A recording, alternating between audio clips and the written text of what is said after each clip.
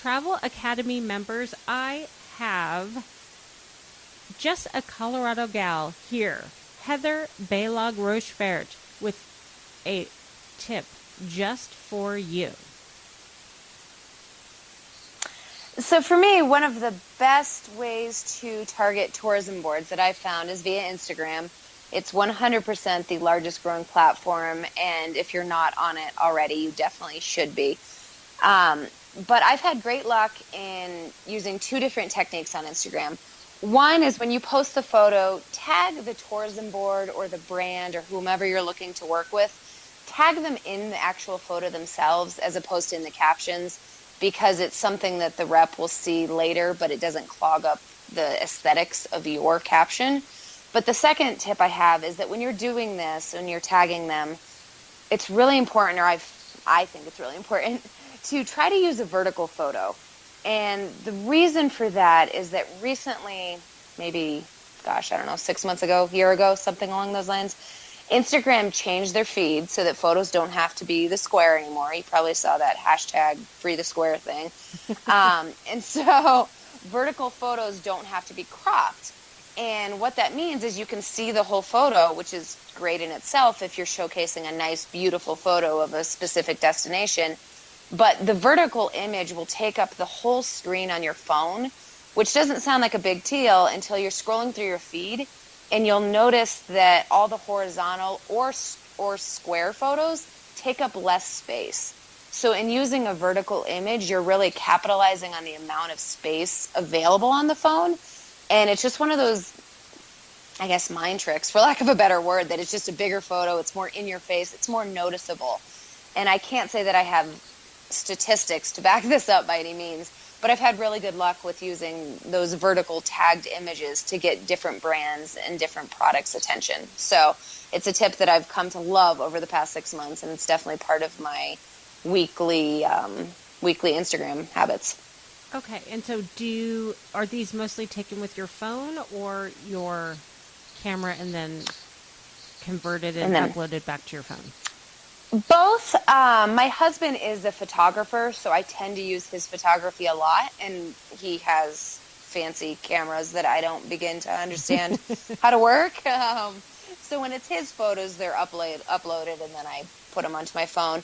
But I've had just as good of luck with photos that I snap on my phone too, on my iPhone. If it's something that's just a truly unique image that sits in that vertical space so well, they're gonna notice it. Okay. And do you know when he does them with his real phone, or real camera, is he cropping them at a certain size? Ooh, that sounds like a very technical question. I'm not sure. All I know is that since Instagram made that switch a couple months ago, I specifically ask him to take vertical photos because I know I'm going to want them later. So I don't know if he's actually shooting them vertically or just shooting a photo that he can then crop vertically. I'm not sure on the technical side. That's definitely his forte. Yeah. It's really interesting too, because I've gotten into such a habit of only taking horizontals for years now. Absolutely. And it's been very eye-opening for me because I'm the same way. I find myself automatically turning my phone because, anytime you shoot a video on your phone, you have to turn it horizontal. Like, it's ingrained in us to go horizontal. But for Instagram, I've made a conscientious effort to, anytime I shoot something with my phone or my camera, to always at least take it in both forms, and then I can compare it when I get home. And if the vertical one is as good as the horizontal one, or even close to being as good as, I'll tend to use that one more. Okay. And then you tag the CVB or DMO in the photo of the location that the photo was taken in. Yeah. So, for example, we went on a trip to Iceland last year, and Will captured some beautiful, beautiful shots that are just, oh my gosh, they're mind-boggling. But anyway, I post them on Instagram from time to time, and I've posted various Travel Iceland accounts, just tagged them in the photos so they could see them. And that they've shared those photos on their accounts, which has helped grow my own following. But then B, they also reached out to me later, and I then did a sponsored post on my blog for them. And it all started because they saw my Instagram photo that showed them I had been to their country, which, that's how you open doors and establish relationships. Perfect. I love that tip. Thank you so much, Heather. You're very welcome. Alrighty. That is everything. Oh, that was easy peasy. Oh, good. Plus, it was a nice break away from my laptop, quite honestly. So I know. Sometimes you need it. Oh, my gosh, my eyes hurt. So where are you going? You're going somewhere like tomorrow, right? Wednesday, yeah. Oh. It's Outdoor Retailer is the big trade show for the outdoor industry, and it's every January and August. Oh. So this is where we head, where all the outdoor brands... This is the winter show that I was referring to. Oh.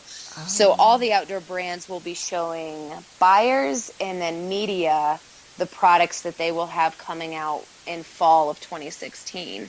So this is when I go look at the gear, determine what's new and what's coming out, and then start requesting samples that I can then send out to my testers to test this winter. Oh, my goodness. Okay, so This is a definite work trip.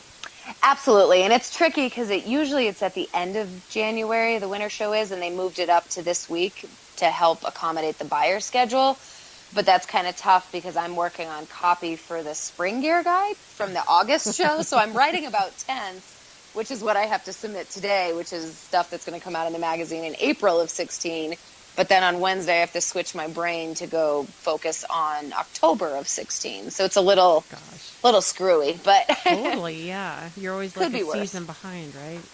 It's funny now that things come out in the store and I see people online be like, "Oh, I got this new tent. It was just released last month." That's something I wrote about a year ago that I have a hard time remembering that it's actually new.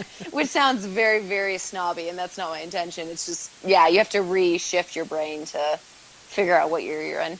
Yeah. Well, how fun for you, though. I mean, it really, truly is perfect for who you are as a writer.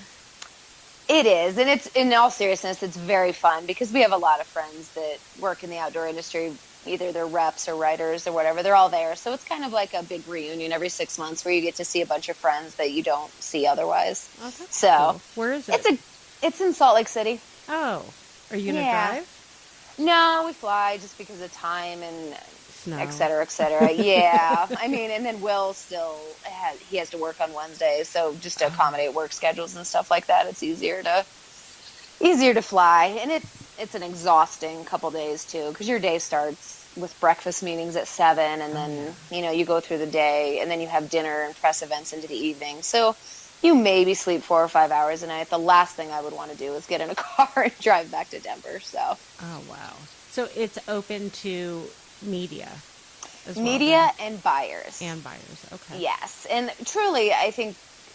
Media tends to forget it, but I think the show is more for buyers because, big box stores like, I don't know, Dick's Sporting Goods or something like that, they go in to see what's coming out so they can place their orders from those brands. Mm-hmm. So that's really a large reason for the show, for the brands to get their stuff out there.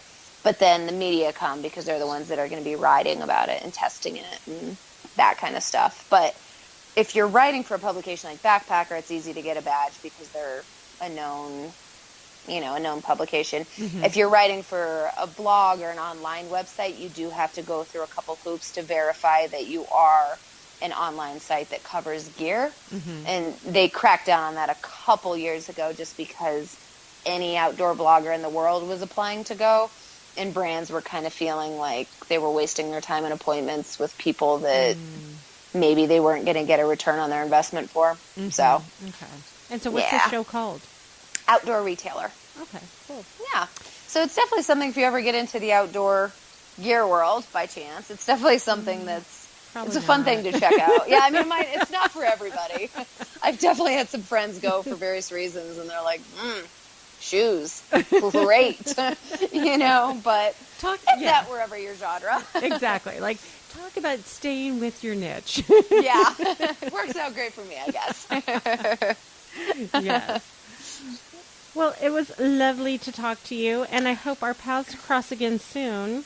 Absolutely. And let me know when this goes. Oh, I forgot. On that document you sent over, it sounded like you needed some pictures. Oh, I do. Okay. I Yeah. saw that when I read it right before we chatted. I so do. A headshot and Okay. some great photo of you doing something adventurous. Okay. Easy enough. I bet. I bet. Okay, yeah, I'll dig around. I'm going to finish the copy for my editor first, but I'll dig around tonight and send you over some photos. Okay. I think, do I have your email address? It's Alexa at breakintotravelwriting.com. Or, Okay. you know what? I'll Facebook it to you right now so you don't have to write it down or remember it. That would be glorious. Yes. Thank you. I know how that goes. Okay. Yeah, and I'll send those over to you as soon as I can. Thanks. And do you have any idea when this is going live? Soon. Probably in a week or two. Oh, great. Yeah. Yeah, just send me the link once it's out there, and I'll check it out and share it. Oh, perfect. Thank you. Of course. Okay. Well, enjoy the show, and Thank you. Yeah, I'll see you on Facebook. Sounds good. Have a good rest of your day. You too. Thanks. Bye. Bye-bye.